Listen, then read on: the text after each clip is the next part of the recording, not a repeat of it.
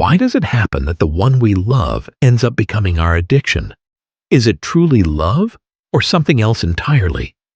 Why can't we leave a person even when we know the relationship is suffocating us?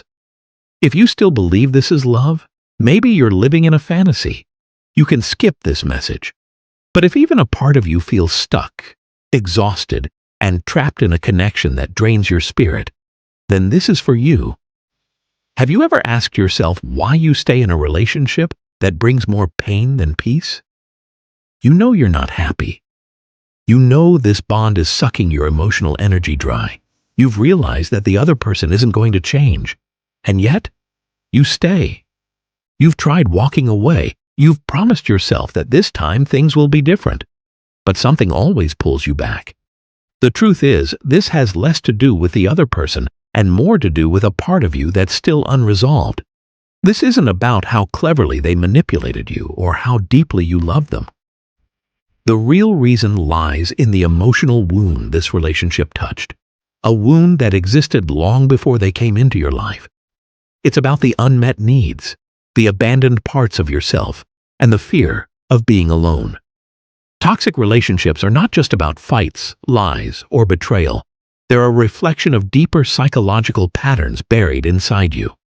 As Jung often said, until you make the unconscious conscious, it will direct your life, and you will call it fate. This is about the unhealed childhood wounds, the hunger for attention, the addiction to validation, and the familiar loop of hope and heartbreak you unknowingly keep reliving. You are not addicted to the person. You are addicted to the emotional experience they trigger. It feels familiar, like home, because it mirrors the chaos you once normalized in your early life. If love was inconsistent in your childhood, sometimes close, sometimes rejecting, your mind learned to associate love with struggle, pain, and unpredictability. So now, when someone is calm, kind, and stable, your mind calls it fake, boring, or too good to be true. But when someone loves you and hurts you unpredictably, your brain instantly recognizes the pattern. Ah, this must be love. And just like that, you're hooked, not to the person, but to the emotional roller coaster. You're subconsciously trying to fix the past by getting this new person to love you in all the ways you were never loved. You want to finally win. You want to finally be chosen. You want to turn rejection into acceptance. That's why leaving feels like failure. Because in your mind, it means you weren't enough. But the truth is, you don't need to prove your worth to anyone. This relationship is not a test of your value. The problem isn't in you, and the solution isn't in them. The reason you're stuck is because the relationship activates something in your nervous system that mimics addiction. It gives you pain, but every once in a while it gives you a moment of affection so powerful that it feels like magic. That's not love. That's intermittent reinforcement. B.F. Skinner, the psychologist, discovered that the strongest way to hook someone into a habit is to reward them randomly and unpredictably. A rat that receives food every time it presses a lever gets bored. But if it gets food randomly, the rat becomes obsessed. Replace the rat with you and the lever with your relationship, and the pattern becomes hauntingly familiar. If that person was always cruel, you'd have left. But they give you just enough kindness, randomly, to keep your hope alive. Over time, your standards shrink. You used to want respect, equality, commitment. But now, even tiny crumbs feel enough. And that's the trap. You convince yourself, if I stay patient, if I'm understanding, if I change myself, maybe they'll go back to the way they were in the beginning. But that's the illusion. This relationship was never about love. It was about control. The toxic person, knowingly or not, has figured out that they don't need to love you consistently. They just need to give you a taste of love once in a while. Enough to keep you hoping, enough to keep you hooked. That's why walking away hurts so much. You're not just leaving a person. You're letting go of the dream that one day it might turn into something beautiful. And breaking that fantasy feels like a death. but it's necessary. Because if you keep playing this game, you will start losing yourself. You'll begin doubting your worth. You'll blame yourself for everything. You'll start to believe the lies they tell you, that you're too emotional, too dramatic, too sensitive, that maybe you imagined it all, that maybe it's your fault. If you've ever asked yourself, am I going crazy? Am I overthinking this? Is it all in my head? Know this, you're not crazy. You're being manipulated. This is gaslighting. Gaslighting is a psychological weapon where your feelings, memories, and reality are constantly questioned until you lose confidence in your own mind. And when you no longer trust yourself, you become dependent on the very person who's harming you. Then comes projection, where they blame you for the things they're doing. If they lie, they say you're untrustworthy. If they cheat, they accuse you of betrayal. If they're angry, they say you provoke them. They twist the truth until you begin to carry guilt for things you never did. Slowly, they strip you of your identity, of your truth, and of your inner voice. If you've experienced this, remember, you are not weak, you are not broken, you are not too much. You are under psychological manipulation. And now that you're starting to see clearly, this is your first step back to yourself.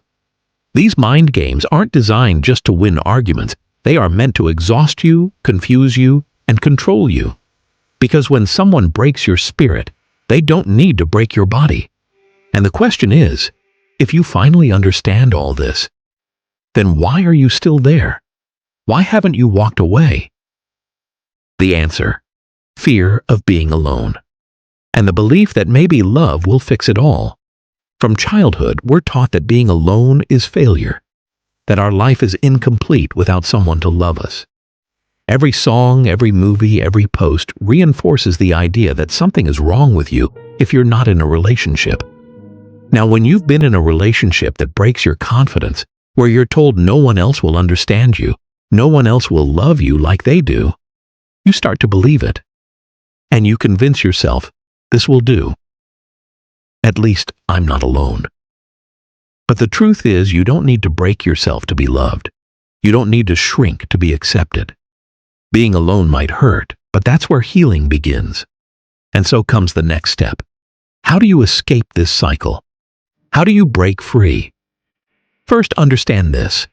What you're feeling isn't just fear of loneliness. It's emotional withdrawal. Toxic relationships create an addiction to false hope. You're not in love with them. You're addicted to the high that comes from occasional affection. You're hooked on the illusion that it'll get better, that maybe this time they'll change. But love doesn't work like that. Real change happens when someone chooses it from within, not because you love them hard enough to fix them.